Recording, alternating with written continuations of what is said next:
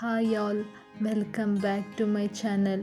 ನಾವಿವತ್ತಿನ ಈ ವಿಡಿಯೋದಲ್ಲಿ ಉತ್ತರ ಕರ್ನಾಟಕ ಸ್ಪೆಷಲ್ ಪುಂಡಿ ಪಲ್ಯನ ಯಾವ ಥರ ಮಾಡೋದು ಅಂತ ತಿಳಿಸ್ಕೊಡ್ತಾ ಇದ್ದೀನಿ.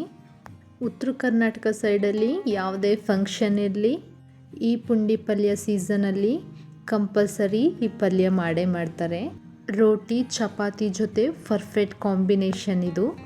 ಮಾಡ್ಕೊಳ್ಳೋದು ಅಷ್ಟೇ ತುಂಬ ಈಸಿ, ಸಖತ್ ಟೇಸ್ಟಿಯಾಗೂ ಇರುತ್ತೆ.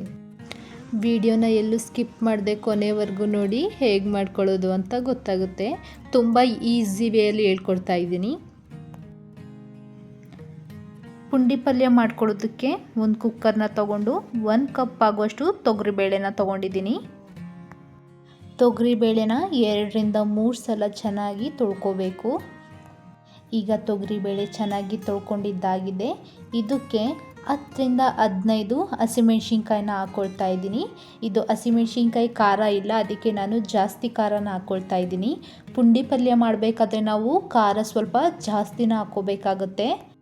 ಪುಂಡಿ ಪಲ್ಯ ತುಂಬ ಹುಳಿ ಇರೋದ್ರಿಂದ ನಾವು ಖಾರ ಜಾಸ್ತಿ ಹಾಕ್ಕೋಬೇಕು. ಇದೇ ಕುಕ್ಕರ್ಗೆ 7ರಿಂದ 8 ಬೆಳ್ಳುಳ್ಳಿನ ಹಾಕ್ಕೊಂಡು 1 ಗ್ಲಾಸ್ ನೀರನ್ನ ಹಾಕ್ಕೊಂಡು 3ರಿಂದ 4 ವಿಸಿಲ್ನ ಹಾಕಿಸ್ಕೊಳ್ತಾ ಇದ್ದೀನಿ. ಪುಂಡಿ ಪಲ್ಯ ಮಾಡ್ಕೊಳ್ಳೋದಕ್ಕೆ ತೊಗರಿಬೇಳೆ ತುಂಬ ಸಾಫ್ಟಾಗಿ ಕುಕ್ ಆಗಿರಬೇಕು. ಹಾಗಾದ್ರೇ ಪುಂಡಿ ಪಲ್ಯ ಟೇಸ್ಟು ಚೆನ್ನಾಗಿರೋದು. ಪುಂಡಿ ಪಲ್ಯ ಮಾಡ್ಕೋಬೇಕಾದ್ರೆ ಬೇಳೆನೂ ಅಷ್ಟೇ ಸ್ವಲ್ಪ ಜಾಸ್ತಿನೇ ಹಾಕ್ಕೋಬೇಕಾಗುತ್ತೆ. ನಾವು ಯಾವ ಕಪ್ ಅಳತೆಯಲ್ಲಿ ಪುಂಡಿ ಪಲ್ಯನ ತೊಗೊಂಡಿರ್ತೀವೋ ಅದೇ ಕಪ್ ಅಳತೆಯಲ್ಲಿ ನಾವು ತೊಗರಿಬೇಳೆನ ಹಾಕ್ಕೋಬೇಕಾಗುತ್ತೆ.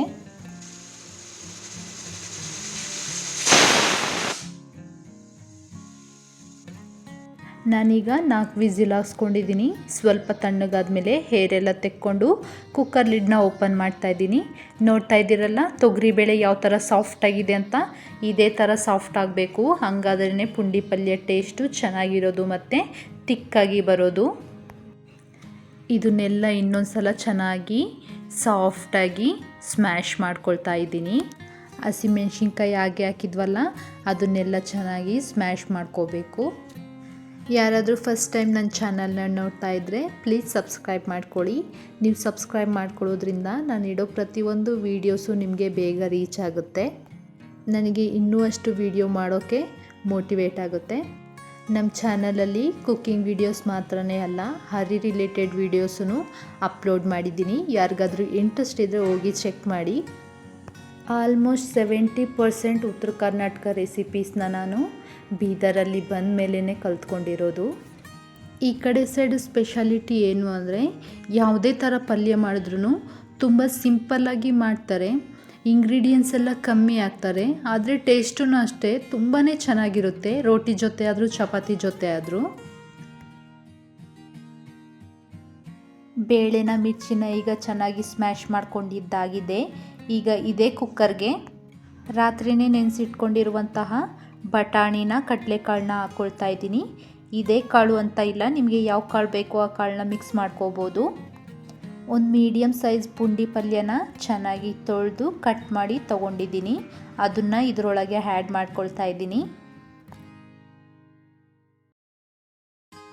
ಪುಂಡಿ ಪಲ್ಯ ಹಾಕಿದ್ದಾದಮೇಲೆ 1/2 ಟೇಬಲ್ ಸ್ಪೂನ್ ಅರಿಶಿನ, ರುಚಿಗೆ ತಕ್ಕಷ್ಟು ಉಪ್ಪನ್ನ ನೋಡಿ ಹಾಕ್ಕೊಳ್ಳಿ. ಕಮ್ಮಿ ಆದರೆ ನೆಕ್ಸ್ಟ್ ಅಡ್ಜಸ್ಟ್ ಮಾಡ್ಕೋಬೋದು.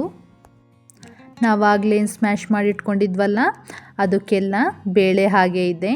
ಆ ಬೇಳೆನ ಚೆನ್ನಾಗಿ 1/2 ಗ್ಲಾಸಷ್ಟು ನೀರನ್ನ ತೊಗೊಂಡು ಚೆನ್ನಾಗಿ ತೊಳ್ಕೊಂಡು ಅದರೊಳಗಡೆ ಹಾಕ್ಕೋಬೇಕು. ನೀರನ್ನ ಹಾಕ್ಕೊಂಡಿದ್ದಾದಮೇಲೆ ಚೆನ್ನಾಗಿ ಎಲ್ಲ ಒಂದು ಸಲ ಕಲಿಸ್ಕೋಬೇಕು. ರೈಸ್ ಜೊತೆ ನನಗೆ ಗ್ರೇವಿ ಬೇಕಿರೋದ್ರಿಂದ ನಾನು ನೀರನ್ನ ಆ್ಯಡ್ ಮಾಡ್ಕೊಳ್ತಾ ಇದ್ದೀನಿ. ನಿಮಗೆ ಬೇಡ ಅಂದರೂ ಸೊಪ್ಪನ್ನ ಹಾಕ್ಕೊಬಿಟ್ಟು ನೀರನ್ನ ಹಾಕ್ದೇ ನಾವು ವಿಸಿಲ್ನ ಓಡಿಸ್ಕೋಬೇಕು ಮೀಡಿಯಮ್ ಫ್ಲೇಮಲ್ಲಿ ಇಟ್ಕೊಂಡು. ಈಗ ಎಲ್ಲ ಒಂದು ಸಲ ಚೆನ್ನಾಗಿ ಕಲಿಸ್ಕೊಂಡಿದ್ದಾಗಿದೆ. ಲಿಡ್ನ ಕ್ಲೋಸ್ ಮಾಡ್ಕೊಬಿಟ್ಟು 2ರಿಂದ 3 ವಿಸಿಲ್ನ ಹಾಕಿಸ್ಕೊಳ್ಳೋಣ. 3 ವಿಸಿಲ್ ಹಾಕ್ಸ್ಕೊಂಡಿದ್ದೀನಿ. ಈಗ ತಣ್ಣಗಾದ್ಮೇಲೆ ಲಿಡ್ನ ಓಪನ್ ಮಾಡಿ ನೋಡೋಣ. ನೋಡ್ತಾ ಇದ್ದೀರಲ್ಲ ಪುಂಡಿ ಪಲ್ಯ ಹೇಗೆ ಪರ್ಫೆಕ್ಟಾಗಿ ಕುಕ್ ಆಗಿದೆ ಅಂತ. ಈ ಥರ ಸಾಫ್ಟಾಗಿ ಇರಬೇಕು. ಬೇಳೆನ ನಾವು ಚೆನ್ನಾಗಿ ಸಾಫ್ಟ್ ಮಾಡಿಕೊಂಡ್ರೇ ಪುಂಡಿ ಪಲ್ಯ ಟೇಸ್ಟು ಚೆನ್ನಾಗಿರೋದು. ಇದನ್ನು ಈಗ ಸ್ಟವ್ ಆನ್ ಮಾಡಿಕೊಂಡು ಮೀಡಿಯಮ್ ಫ್ಲೇಮಲ್ಲಿ ಇಟ್ಕೊಂಡು ಚೆನ್ನಾಗಿ ಕುದಿಸ್ಕೊಳ್ಳೋಣ. ಇದು ಚೆನ್ನಾಗಿ ಕುದಿಯೋಷ್ಟರಲ್ಲಿ ನಾವು ಇದಕ್ಕೆ ಒಗ್ಗರಣೆನ ರೆಡಿ ಮಾಡ್ಕೊಳ್ಳೋಣ.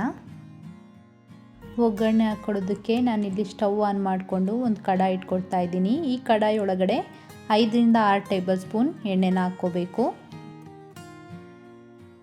ಎಣ್ಣೆನ ಚೆನ್ನಾಗಿ ಕಾಯೋದಕ್ಕೆ ಬಿಡಬೇಕು. ಎಣ್ಣೆ ಚೆನ್ನಾಗಿ ಕಾದಿದ್ದಾದಮೇಲೆ 6ರಿಂದ 7 ಕಚ್ಚಾ ಪಚ್ಚ ಜಜ್ಜಿರೋ ಬೆಳ್ಳುಳ್ಳಿ, 1/2 ಟೇಬಲ್ ಸ್ಪೂನ್ ಸಾಸಿವೆ, 1/2 ಟೇಬಲ್ ಸ್ಪೂನ್ ಜೀರಿಗೆನ ಹಾಕ್ಕೊಂಡು ಬೆಳ್ಳುಳ್ಳಿ ಸ್ವಲ್ಪ ಬ್ರೌನಿಶ್ ಕಲರ್ ಆದಮೇಲೆ ಸಣ್ಣದಾಗಿ ಕಟ್ ಮಾಡಿಟ್ಕೊಂಡಿರುವಂತಹ ಕೊತ್ತಂಬರಿನ ಹಾಕ್ಕೊಂಡು ಚೆನ್ನಾಗಿ ಫ್ರೈ ಮಾಡ್ಕೋಬೇಕು.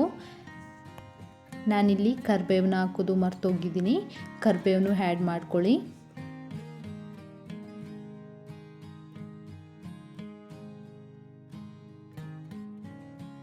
ಒಗ್ಗರಣೆನ ಚೆನ್ನಾಗಿ ಫ್ರೈ ಮಾಡ್ಕೊಂಡಿದ್ದಾಗಿದೆ. ಸ್ಟವ್ ಆಫ್ ಮಾಡಿಕೊಂಡು ಈ ಒಗ್ಗರಣೆನ ಪುಂಡಿ ಪಲ್ಯ ಕುದಿಯೋದಕ್ಕೆ ಇಟ್ಟಿದ್ವಲ್ಲ ಅದಕ್ಕೆ ಆ್ಯಡ್ ಮಾಡ್ಕೊಳ್ತಾ ಇದ್ದೀನಿ. ಒಗ್ಗರಣೆ ಹಾಕ್ಕೊಂಡು ಎಲ್ಲ ಒಂದು ಸಲ ಚೆನ್ನಾಗಿ ಕಲಿಸ್ಕೊಳ್ಳಿ. ಇದು ತಣ್ಣಗಾದ ಮೇಲೆ ಮತ್ತೆ ತಿಕ್ಕಾಗುತ್ತೆ, ಅದರಿಂದ ನಾನು ಸ್ಟವ್ ಆಫ್ ಮಾಡ್ಕೊಳ್ತಾ ಇದ್ದೀನಿ. ನನಗೆ ರೈಸ್ ಜೊತೆ ಬೇಕು ಅಂತ ಸ್ವಲ್ಪ ಗ್ರೇವಿ ಥರ ಮಾಡ್ಕೊಂಡಿದ್ದೀನಿ. ಈ ಕನ್ಸಿಸ್ಟೆನ್ಸಿಯಲ್ಲಿದ್ದಾಗ ಟೇಸ್ಟ್ ನೋಡಿ, ಉಪ್ಪು ಕಮ್ಮಿ ಅನ್ನಿಸ್ತು ಅಂದರೆ ಉಪ್ಪನ್ನ ಆ್ಯಡ್ ಮಾಡ್ಕೊಳ್ಳಿ. ಪುಂಡಿ ಪಲ್ಯ ಈಗ ರೆಡಿಯಾಗಿದೆ. ಇದಕ್ಕೆ ಚಿಕ್ಕದಾಗಿ ಕಟ್ ಮಾಡಿಟ್ಕೊಂಡಿರುವಂತಹ ಕೊತ್ತಂಬರಿನ ಹಾಕ್ಕೊಳ್ಳೋಣ. ನೋಡಿದ್ರಲ್ಲ, ಸಿಂಪಲ್ಲಾಗಿ ಮತ್ತು ಕ್ವಿಕ್ಕಾಗಿ ಉತ್ತರ ಕರ್ನಾಟಕ ಸ್ಪೆಷಲ್ ಪುಂಡಿ ಪಲ್ಯ ಯಾವ ಥರ ಮಾಡ್ಕೊಳ್ಳೋದು ಅಂತ. ಮಿಸ್ ಮಾಡದೆ ನೀವು ಒಂದು ಸಲ ಟ್ರೈ ಮಾಡಿ. ನಿಮಗೂ ಈ ವಿಡಿಯೋ ಇಷ್ಟ ಆದರೆ ಪ್ಲೀಸ್ ಲೈಕ್ ಮಾಡಿ, ಶೇರ್ ಮಾಡಿ, ಹಾಗೆ ಸಬ್ಸ್ಕ್ರೈಬ್ ಮಾಡ್ಕೊಳ್ಳೋದನ್ನು ಮರಿಬೇಡಿ. Thank you for watching. Next ವಿಡಿಯೋದಲ್ಲಿ ಸಿಗೋಣ. ಬಾಯ್.